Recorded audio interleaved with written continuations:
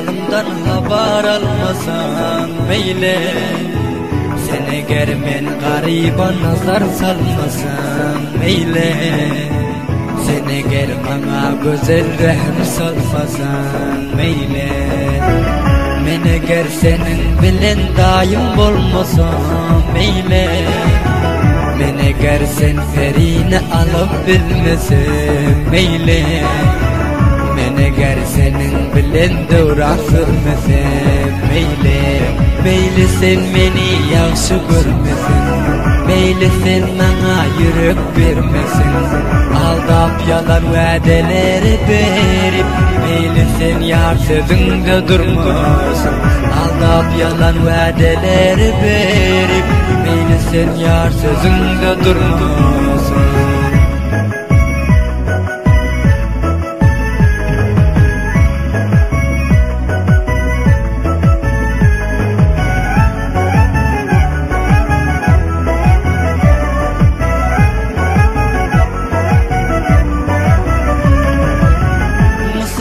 Kömür gözlerim, süde çaykalan yüzlerim. Ekde 1 milyonda iki şöndek anayı özlerim.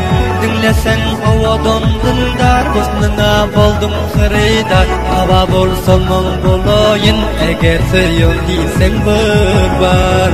Sen eğer söymeni yar söyme beni. Ol kalbim ömür boyu söyür seni. Sen eğer söymeni yar söyme beni. Ömrü boyu söyüp ötürüm seni. Sen eğer men halımdan haber almasan meyle. Sen eğer men gariba nazar salmasan meyle. Sen eğer bana güzel rehm salmasan meyle.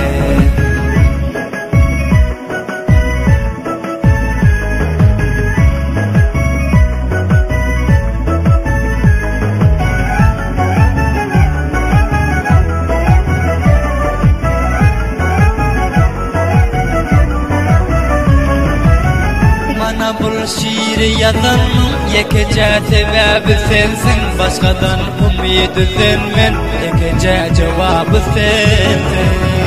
Dinlegin ey sever yarım, ka ömür boyu söyür.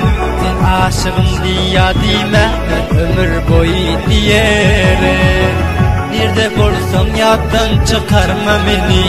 Mehmet'in adına seyondur seni. Nerede bolsam yaddan çıkarma beni.